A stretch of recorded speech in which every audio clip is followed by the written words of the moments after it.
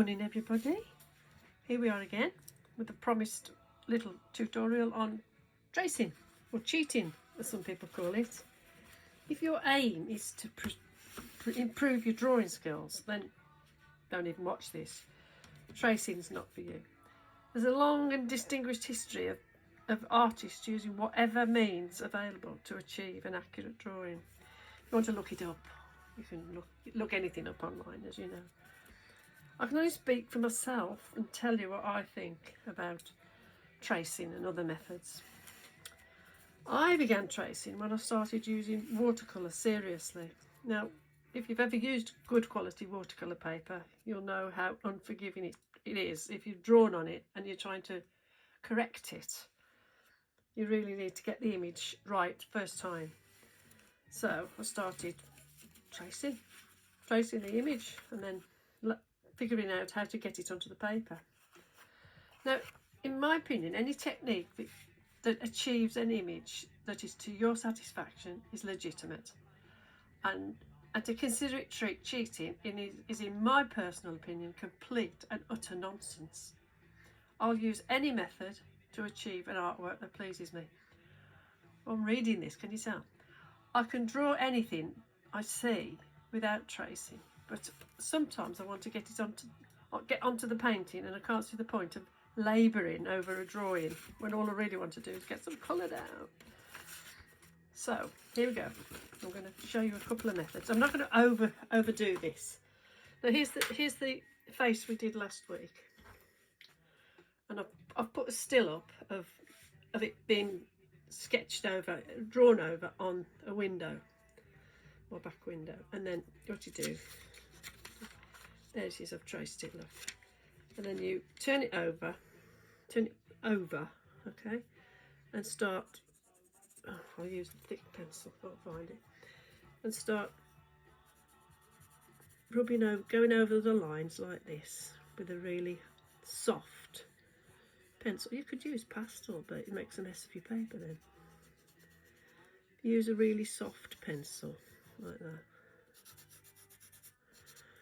I'm not going to do the whole lot. I'm just going to show you the results of this, and then we'll talk about a few other methods of transferring images onto paper. Right, I'll use a pen, a biro, to go over the lines. Now I'm going to have to turn it over now. Right. Turn it back over, and then you've got the bit you've just done on the back. Right, put it where you want it on your paper, a bit more sticky downy, and do this. Just follow the lines that you've drawn and traced, and then I wouldn't suggest you putting every detail in, because you just get lost. Just do the salient points. Like in this case, you get the eyes right in the right place and the nose in the right place without all this squaring up. But of course, if you're happy to do the drawing, do the drawing. But you could do this to check your drawing to see if you've got it right.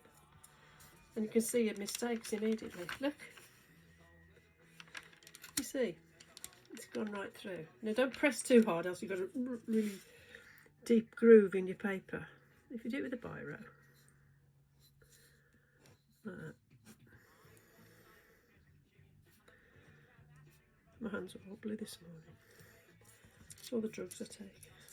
No, seriously, I do take medication. It makes my hands wobble. See?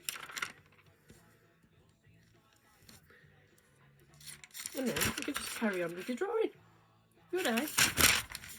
Now here's a couple more things you can try. This is called squaring up. Oh, you've probably seen this in children's books, but it's legitimate for anything you want to do. Like there's a tiger, and it's a drawing of a tiger, and you transfer what's in square 1A there to in there, like so. This is not accurate, but you get the drift. Now, the point point to remember is you've got to have these squares and these squares the same, if you know what I mean. You've got to have 1, 2, 3, 4, 5 there, 1, 2, 3, 4, 5.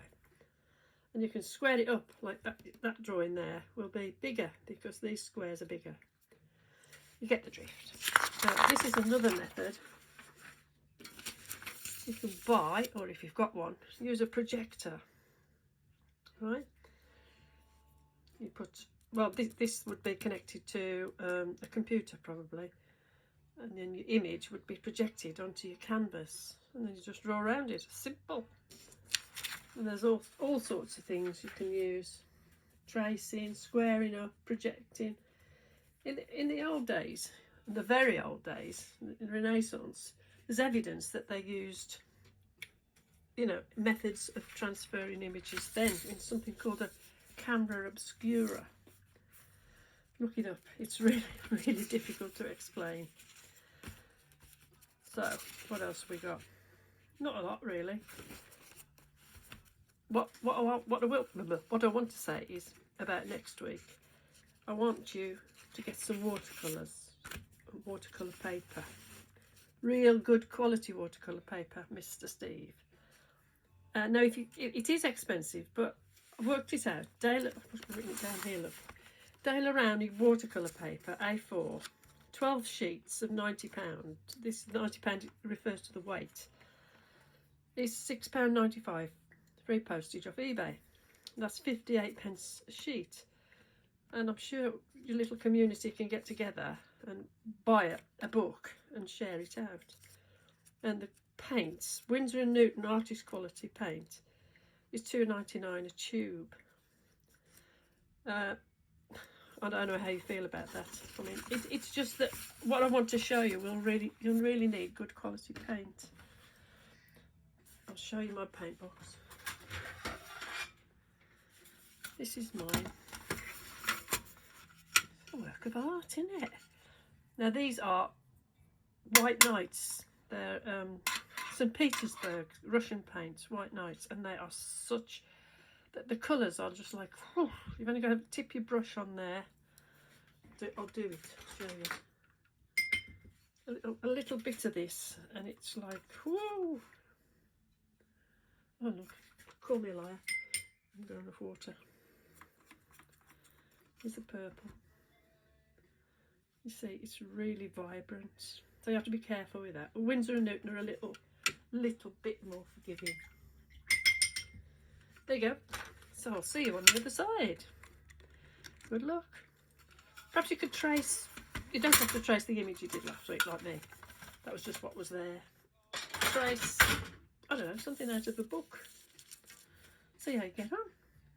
Bye.